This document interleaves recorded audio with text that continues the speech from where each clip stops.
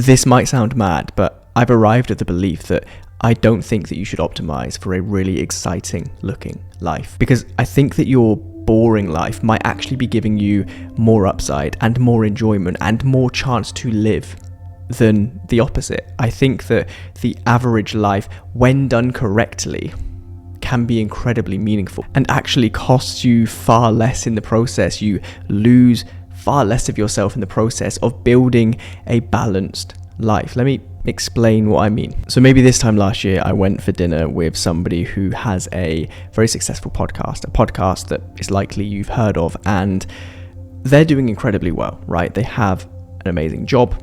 They have a partner who they're soon to marry. They have their own home.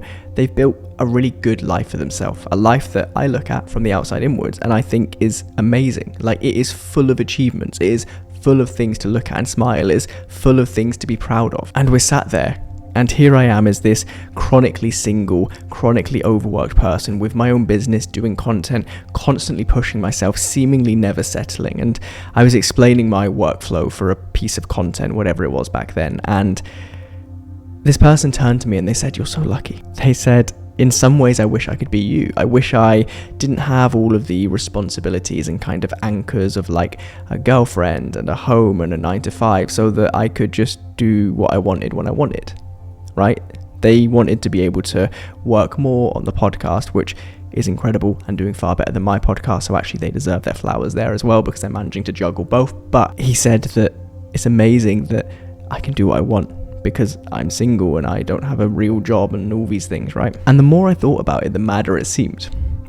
Because there we were, two people sat at dinner, arguably successful in our own right, but unable to see what we had built for ourselves, unable to see what we had achieved for ourselves. But more than that, thinking that the other person had it all figured out, thinking that the other person was living in some way at least, and I don't want to mischaracterize what this person said, but in some way the better version, right? The brighter alternative, as if the grass was greener on the other side for each of us. Now, I'm sure if they were sat here with me right now, they'd explain that actually they do love their life and it's incredible, but they wish they had more time to focus on their podcast because then it could grow even further, and having the freedom of not having a 9 to 5 might be nice or whatever it might be, right? But in doing that, they probably fell into a trap that I think the vast majority of people fall into, which is thinking from the outside looking into somebody else's life that every single person has it better than you, that everybody knows something you don't, that they've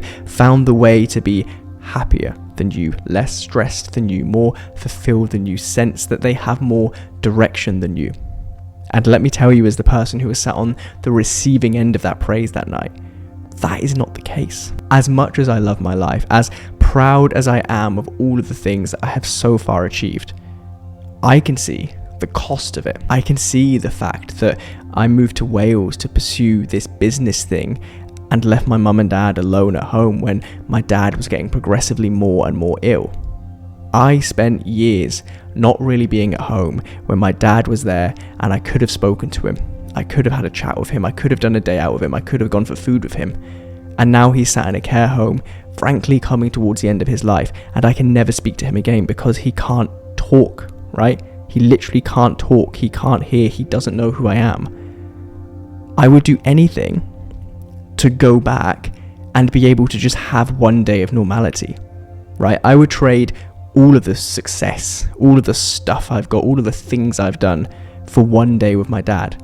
Of course I would. I look at the cost of running businesses when I was younger, right? Thinking I was the guy because I was partying with people from Made in Chelsea or appearing on the TV and getting all this praise, right? Thinking that that was the route to take, to only realize years later that I missed the best years of my life by not going to university, by not connecting with more friends, by not traveling, by not just taking a shit 9 to 5 that would have paid my bills and given me far more freedom in formative years that I can never get back. I can never get that back. I can never go back to being that age.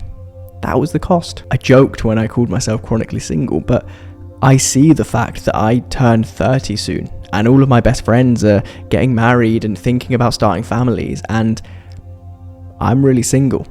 And in no small part, that's because I locked myself away for years to focus on the business, to improve myself, to work on this content, to do things that, yes, give me meaning. Yes, things that I get value from. Yes, things that I wouldn't change. Don't get me wrong, I wouldn't change them, but they come at a cost.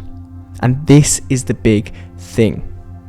If you think you have an average, boring, underwhelming life, but you can go to bed and sleep at night, but you can turn over and see your partner, or look out the window and see your kids playing in the garden, if you can turn on Netflix at 8 p.m. at night and just chill out, and you're not worrying about whether you can make payroll, or whether that supplier is going to do that thing, or whether that client or customer is going to switch up, right? Like so many of my friends in business are having to think about day by day. If you can go to your 9 to 5 and be as certain as possible that you're probably going to get a paycheck at the end of the month because the big business you work for is probably still going to be in business at the end of this month, that's a benefit, that's an upside, that's a thing that is so base level that you don't need to think about, that is improving the overall level of your happiness and your life. And then add into that, let's say you have enough money to go on a few holidays a year with your disposable income from that job. Let's say you have enough money to eat out a couple of times a week, or take your partner away on that trip they've always wanted to go on. This, according to the internet, is a boring life. This, according to some knobheads on the internet, is a life not worth living. I disagree completely, because everything in life is a trade-off. And you can chase the big success, you can try and build the big business, you can attempt to do the content thing on the internet and get a handful of subscribers in the process, and I would not change any of those things. I made my decisions, I'm living with my decisions. In some ways I enjoy my decisions, but it would be wrong to suggest that there is not a trade-off. It's not the case that there's only upside reserved for those who push and go out there and do it, because that ignores the fact that in order to even begin on that process, in order to even begin on the road, on that journey, you give up so much. And I don't think most people would want to give up those things. If they could see what it really took to go on that more difficult path, I don't think they would do it. And so I don't mean it with any disrespect. I certainly don't mean to be patronizing or rude when I say that your boring life is quite good. But if you have a boring life, if you have a life that you can even identify as boring, in many ways, that is good. And in many more ways, that's a really good foundation to build upon, right? Build that foundation. Having an average life in so many ways, so long as you're doing it correctly, is not a bad thing. And the internet will always tell you it is. The internet will always be full of mid-roll ads in videos like this because of the title that will try and sell you a course for £997 on how to make £1 million this year. That's not the key to happiness. The key to happiness is probably very likely staying on the exact path you are and tweaking ever so slightly every now and then. Your life is probably okay. You're probably doing okay. The grass isn't greener on the other side. The costs of you getting there are probably greater than you're willing to pay.